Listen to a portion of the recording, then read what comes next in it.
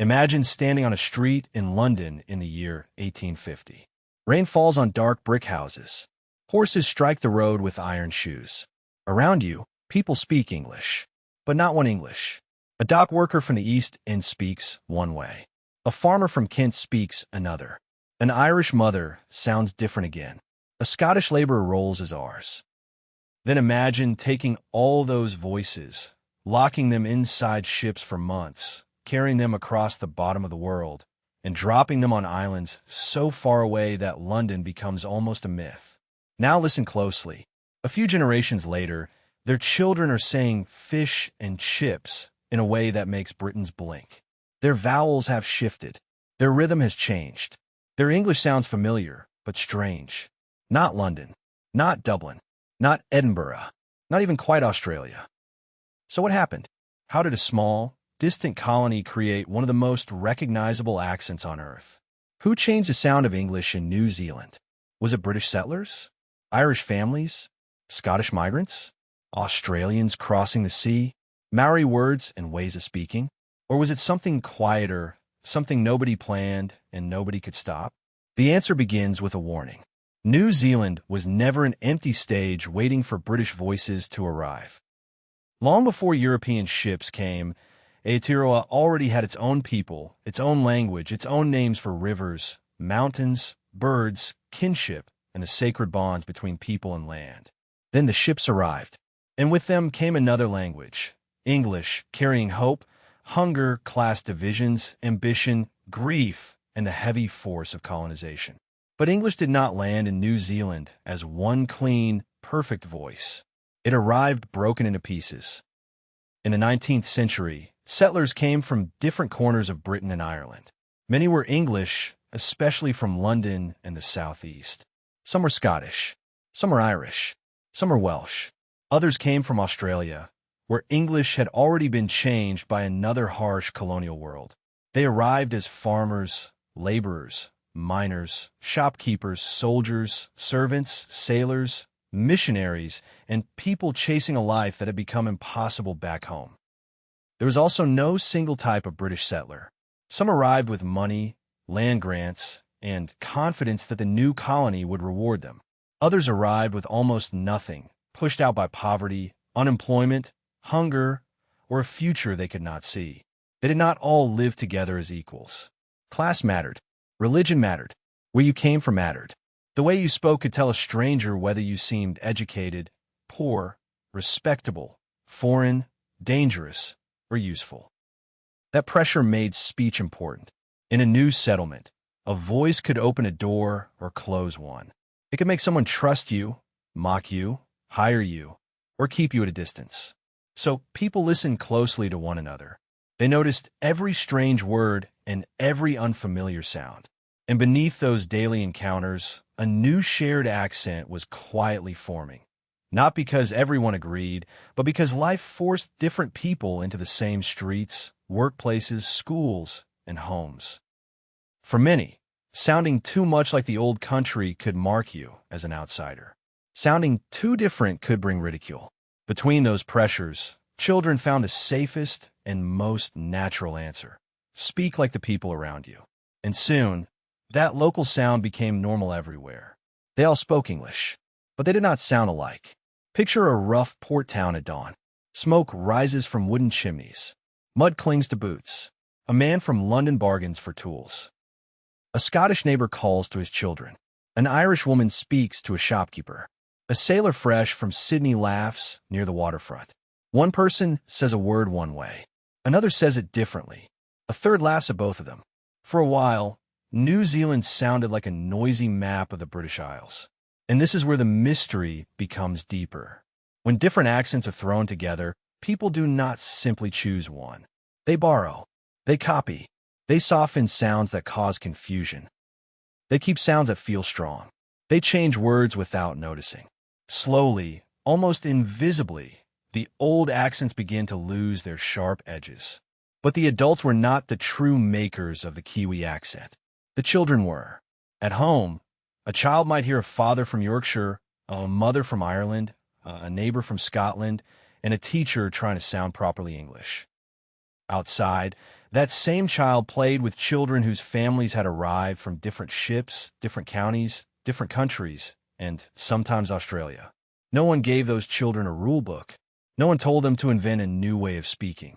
They did it because children always do something powerful. They build a world that belongs to them.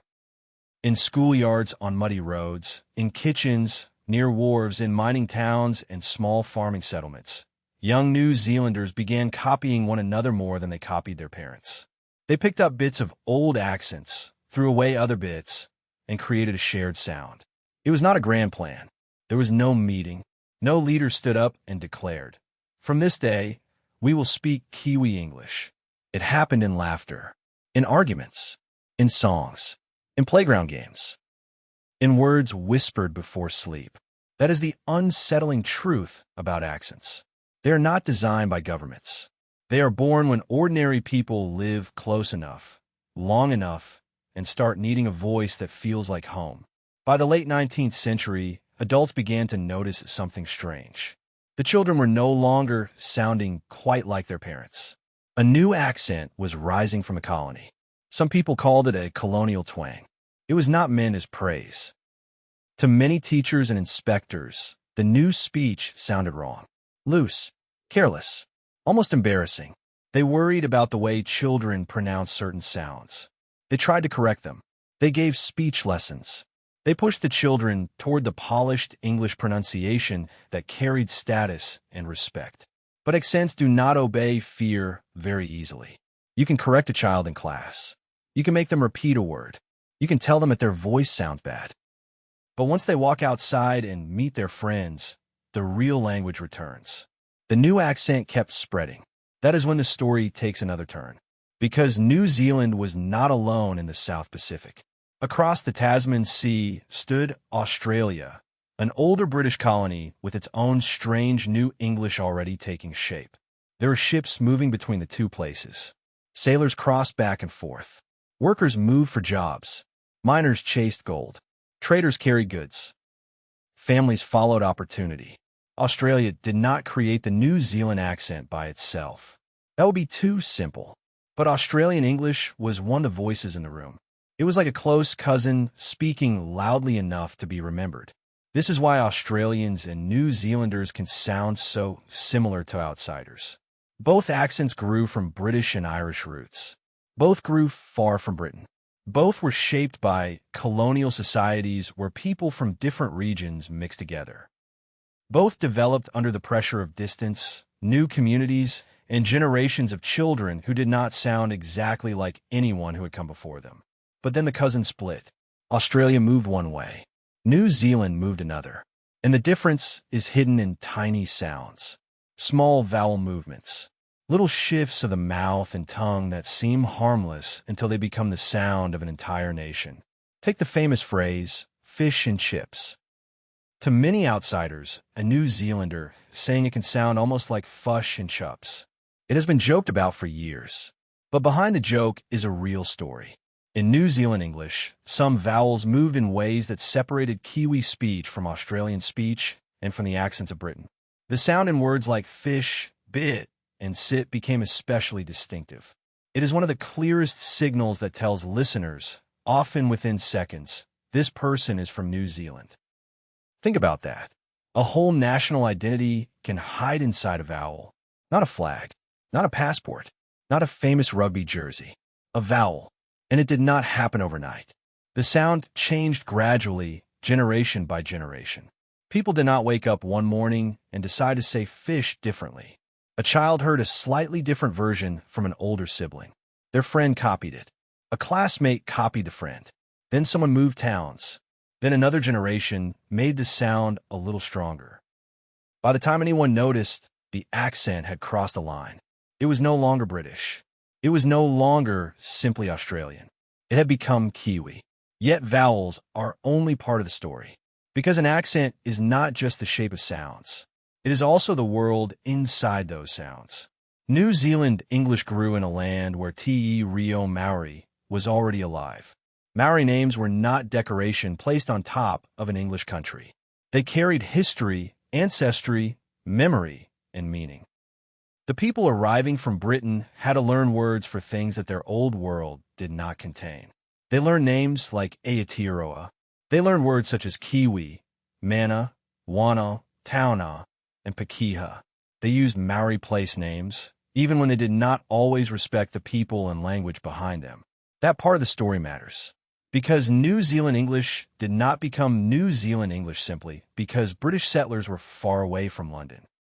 It changed because English had entered a place that would not be fully described by English alone. The land pushed back. Its rivers had Maori names. Its mountains had Maori names. Its birds had Maori names. Its ideas about family, respect, prestige, belonging, and responsibility had words that English could not fully replace. Over time, many of those words entered everyday New Zealand speech.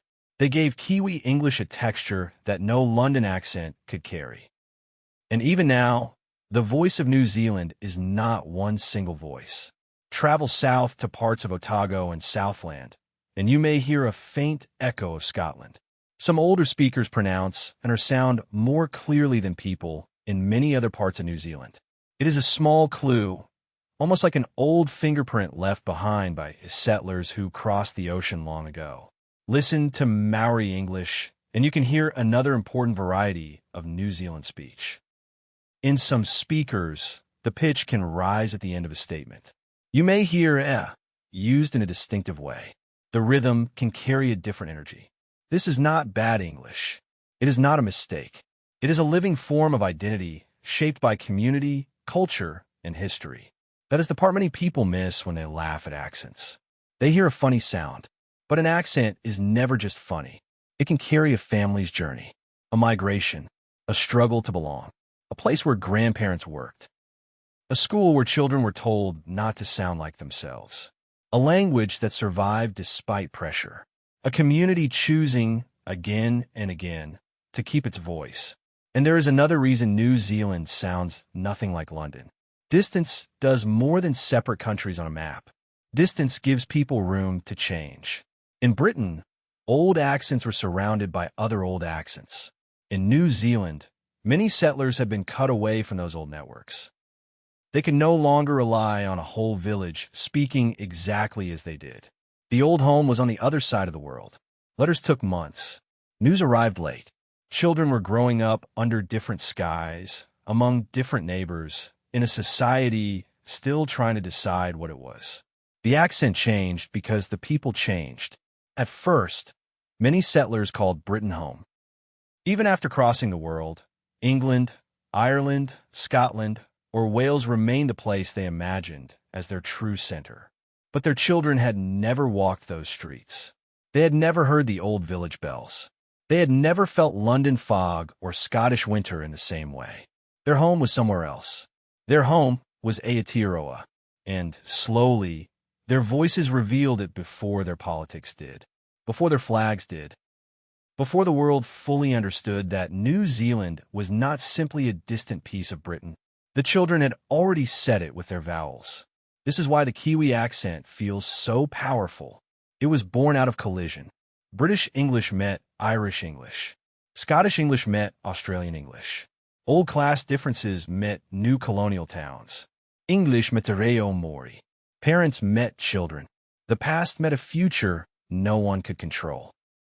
Out of that collision came a sound that some people try to shame, correct, and erase. They failed. Today, when a New Zealander speaks, you can still hear faint traces of the journey. You can hear the southeast of England in the roots. You can hear the influence of Irish and Scottish settlers. You can hear the closeness of Australia. You can hear the lasting presence of Maori language in everyday words and place names. But none of those pieces alone can explain the whole thing. That is the final revelation. The New Zealand accent is not a British accent that went wrong. It is not Australian English with a few vowels changed. It is not a joke about fush and chups. It is the sound of a new society being born, sometimes painfully, sometimes unfairly, sometimes beautifully, from people who arrived with different voices and discovered that their children had made a new one. London gave New Zealand the English language. But New Zealand took that language mixed it with its own history, its own land, its own people, and gave it back to the world in a voice London could barely recognize. Every time a Kiwi speaks, there's a little piece of that old mystery still alive. The crowded ships, the long sea crossing, the first rough towns, the school children told to speak properly. The hidden sound, changes passing from mouth to mouth, the old languages refusing to disappear. It is all still there. Not trapped in a museum, not buried in a history book, alive in the way people speak. So the next time you hear a New Zealander talk, listen beyond the vowels. Listen for the journey. Listen for Britain, Ireland, Scotland, Australia, and Aotearoa meeting inside one voice. Because that voice did not come from London. It came from a country learning, slowly and stubbornly, how to sound like itself. Do you think the Kiwi accent sounds more British, more Australian, or completely unique? And if you're from New Zealand, what word do people always say you pronounce differently? Share in the comments, and subscribe for more hidden stories behind the accents, people, and history of the world.